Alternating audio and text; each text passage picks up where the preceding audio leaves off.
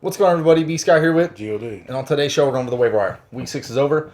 Monday Night Football game. The Dallas Cowboys. If you have any stock in that offense at all, It's over. I'm telling you, it's. I'm looking at the waiver wire to pick up some players. Honestly, Yeah. that you might have to possibly start. They did not look good. Blown out by the Arizona Cardinals. Albeit the defense is better, but still not a great defense overall. Dallas Cowboys. I'm sorry, but we're going to go over the waiver wire. Hopefully you find some players that can help you out, some big buys this week. So keep it locked and loaded right here at the first 4 downs. Yeah,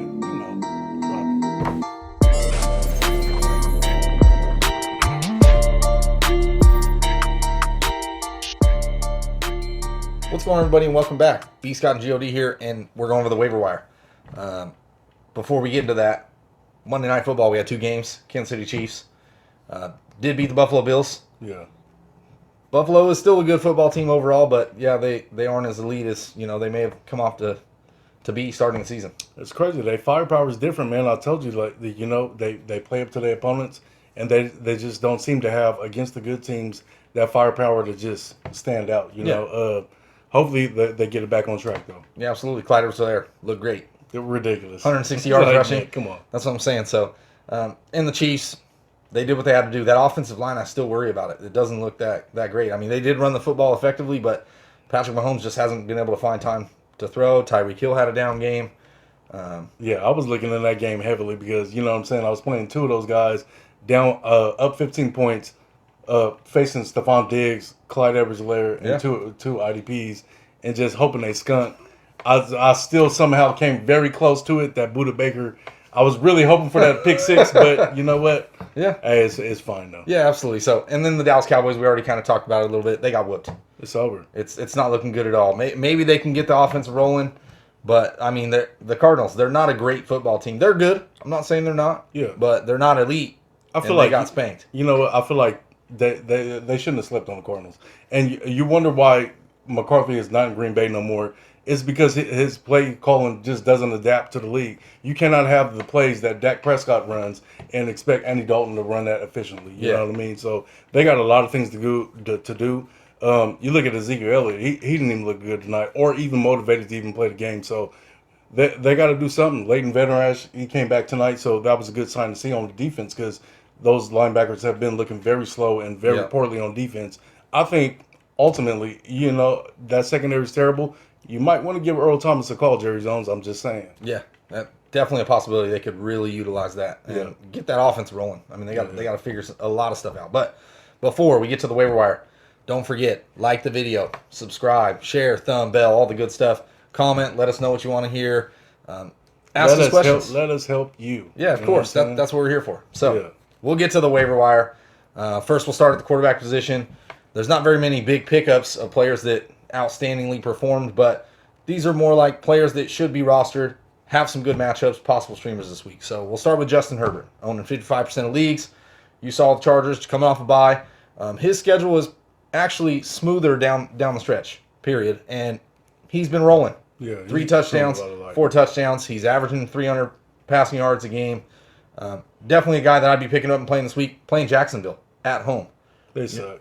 Exactly. So Justin Herbert, definitely a guy I'd be getting in the lineups, especially this week. So Teddy Bridgewater. Last week, very tough start. Chicago Bears have not allowed a passer more than 1 touchdown. We saw it. You know what I mean? The Bears defense is legit. But this week, on the road against the Saints, not a great matchup, but it's definitely a matchup. No, it's not. It's definitely a matchup that I would take a chance with Bridgewater. He's actually played very good.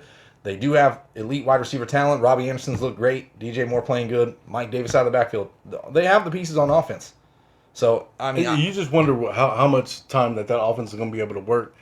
Michael Thomas is back, people, if you don't know. And we'll be able to see that New Orleans offense in full-fledged effect. So, that's what they do. They just chunk it down and just eat up time. You know what I mean? Just being very efficient. So, I mean, I would think about that twice before I picked up Bridgewater, but I mean, season long, you could probably put him on your roster. You know what I'm saying? Well, Bridgewater owned 45% of leagues.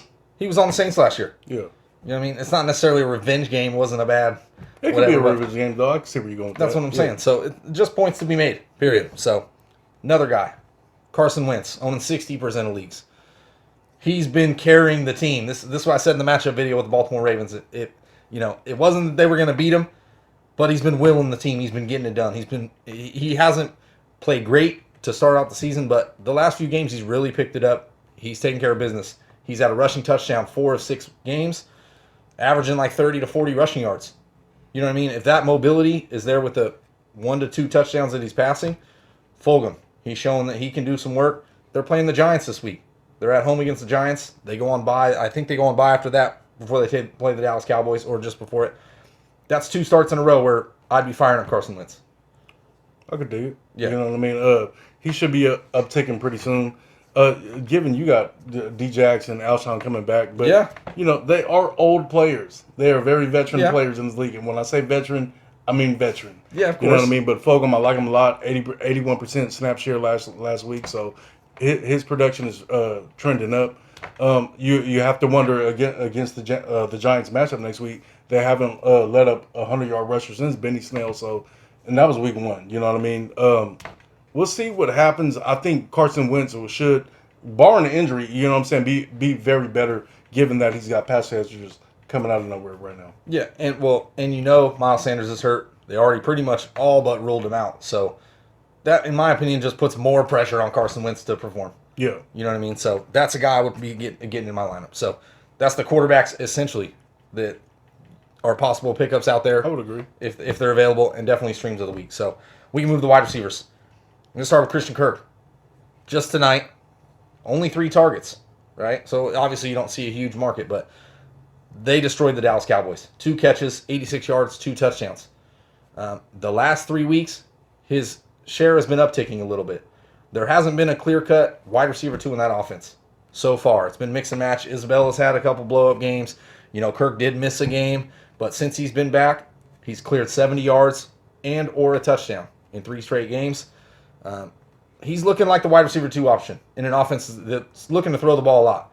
I mean, they're not going to dominate every team like the Cowboys tonight. You already know that.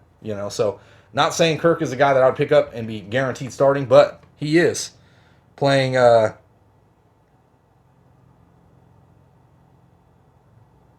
Seattle Seahawks next week. So that's a guy I'd be getting in my lineup for sure. Yeah, for sure. Because Seattle, they secondary sucks. You know what I'm saying? Worse than the league. If you want to take a dart throw there, yeah, I mean that's very viable.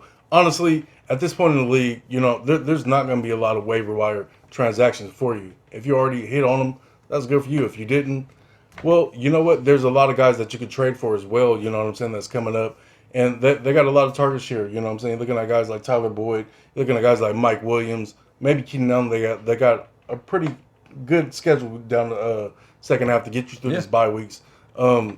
But yeah, Christian Kirk, he did look good tonight. He bombed for that 80-yard touchdown. Right. That was like ridiculous. They set it up all night with Isabella. So I mean, and Kyler is not going nowhere. Yep. He's trying to prove in this league that he is there to stay, especially in this division. You look at the guys that's there, he has to prove it. So hitting his targets, he's doing his thing right now. You know what I mean? Even though they do got Hopkins, you know what I'm saying? He clowned on that touchdown. I mean, not touchdown. He almost had that touchdown. Should have. I was had. like screaming. You know what I'm saying? But yeah, I like Kirk though. Yeah, of course. So a couple more wide receivers that we've already actually talked about on the waivers just last week. You know what I mean? The last couple weeks, and these are guys still not owning 50% of leagues that should be seeing an uptick. Period. Mike Williams, you kind of mentioned him, but Los Angeles Chargers. The road gets a little easier, like I was already saying with Justin Herbert. They're playing Jacksonville.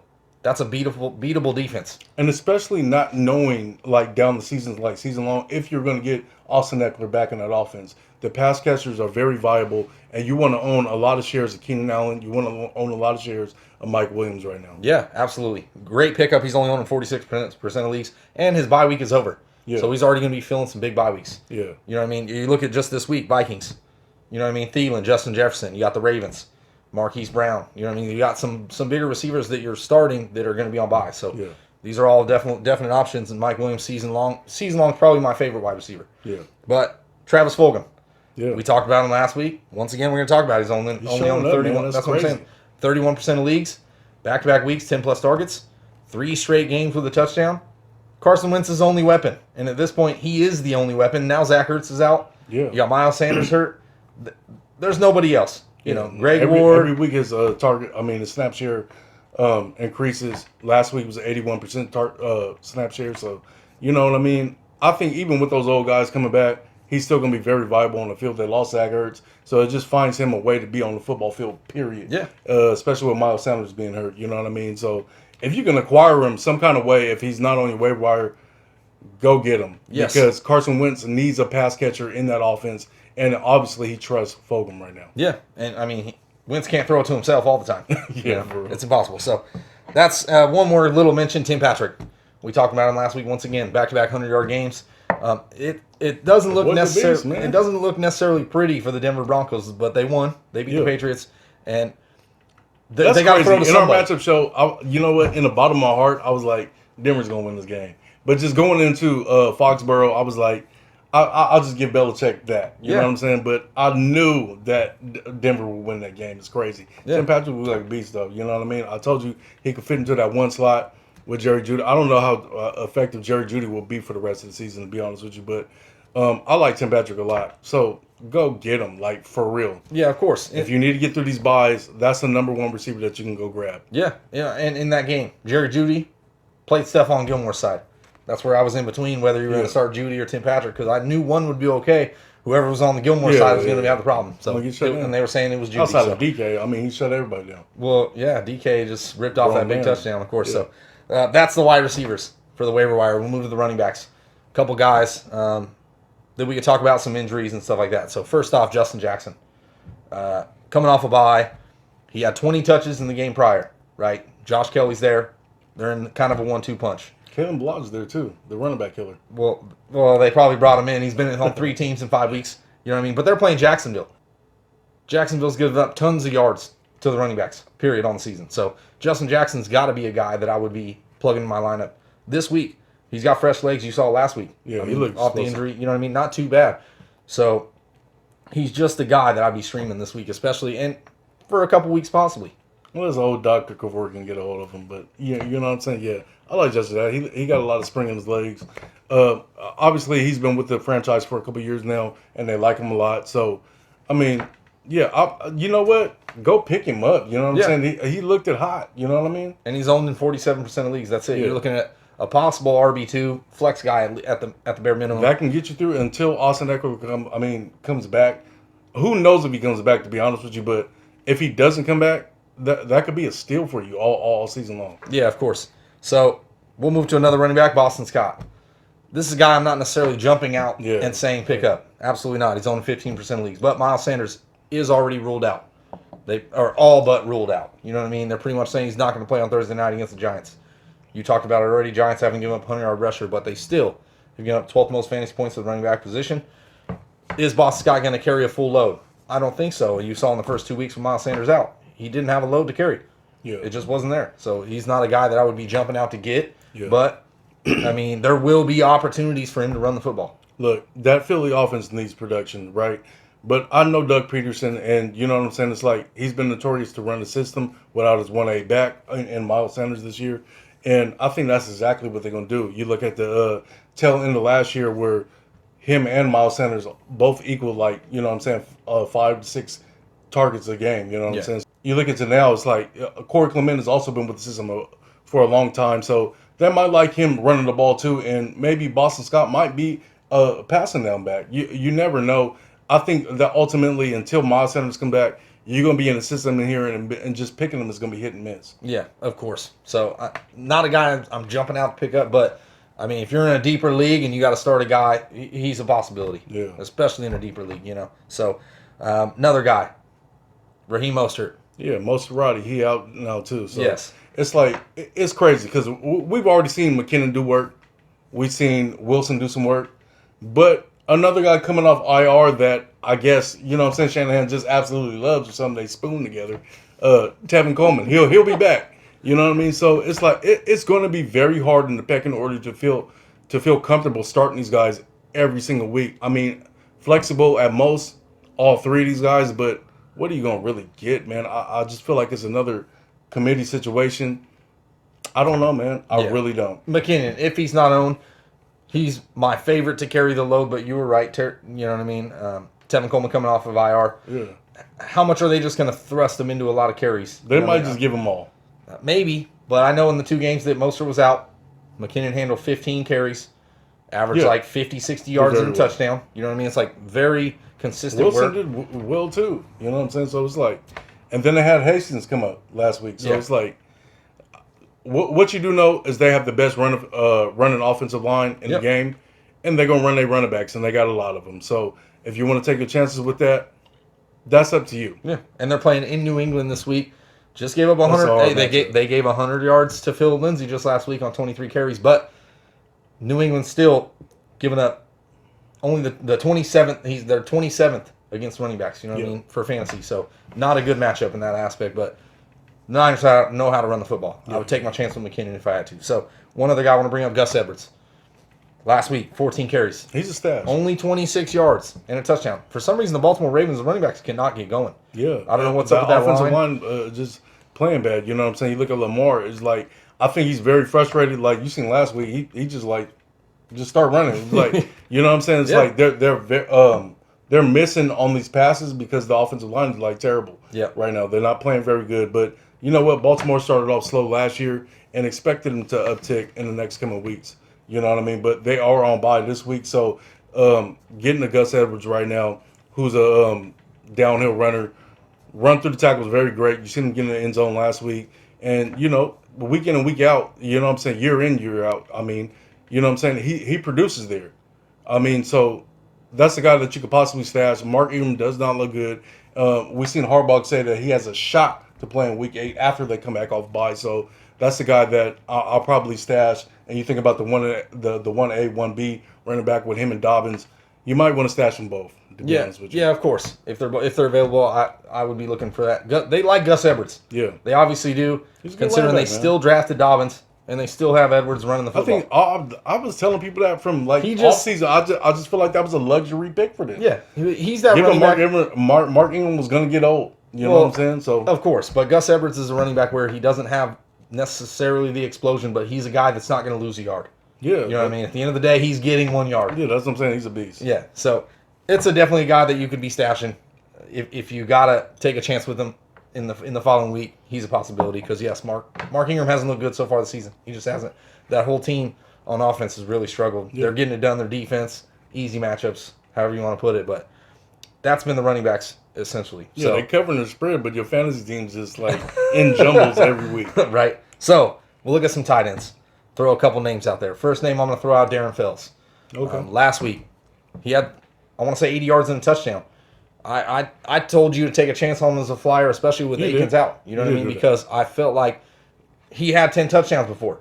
He knows how to find the end zone in an offense that is going to move the football anyway. The defense is not good. They should be a top 5 offense, and I don't know what's going on. Maybe it's a hiccup from the Bill O'Brien era. You know what I'm saying? Hopefully they get it going to where it's consistent every week. Yeah. But if you have to take a flyer on Fields, I would, because honestly, you know, outside of Fuller, who is Deshaun Watson going to really look at every week? Yeah. DJ ain't even putting it on like how he should be. So I'm shocked he's not getting the pass. The password. That doesn't make sense. Like, I mean, at least if he don't run between tackles, he would be the slot. Right. It's not the case. No. Well, Randall Cobb's doing a little bit of work. He got a touchdown last week. Every other week. He caught a touchdown this week, but Brandon Cooks. Brandon Cooks had a solid game too. It's like their offense is starting to put it together. Yeah. But the defense is still so shit that it doesn't even matter. Yeah. But Darren Fells, anyway, definitely a flyer for me. Tight end's been just decimated. I mean, who knows what's going to happen on a weekly basis? Tonyan, 3.5 points. Higbee, you know what I mean? I told you to sit him 6 points, 7 points, you know? So you just don't know. He's just a flyer for me, especially if Aikens is out. Definitely a spot. If you don't have a top 4, you always scream. Another tight end that we're going to look at, Anthony Firkser, Tennessee Titans. Jonnu Smith leaves the game with an ankle injury. They say it's minor, but who knows? I'll tell you what, 8 receptions for 113 yards and a touchdown. I'll take that from a tight end all day.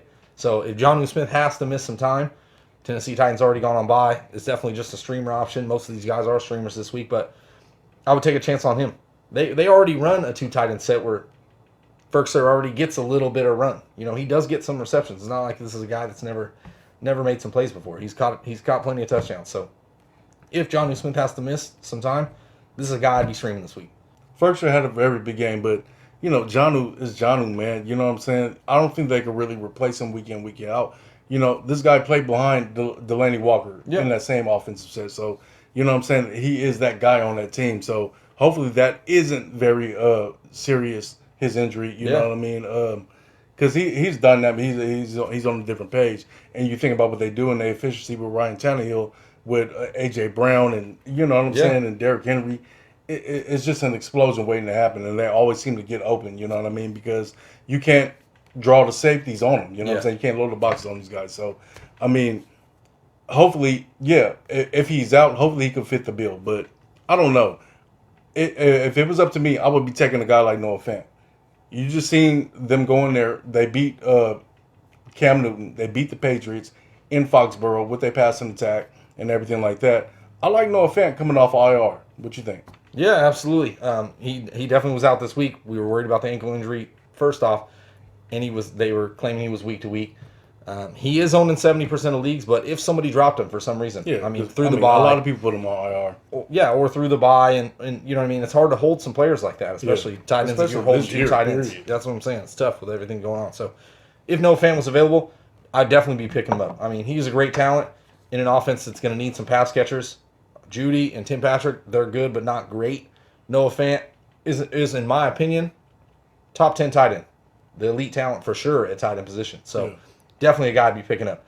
One other guy I want to mention, he's on IR right now. Who knows when he's going to come back, but we saw the Eagles. Zach Ertz out 3 to 4 weeks. Dallas Goedert.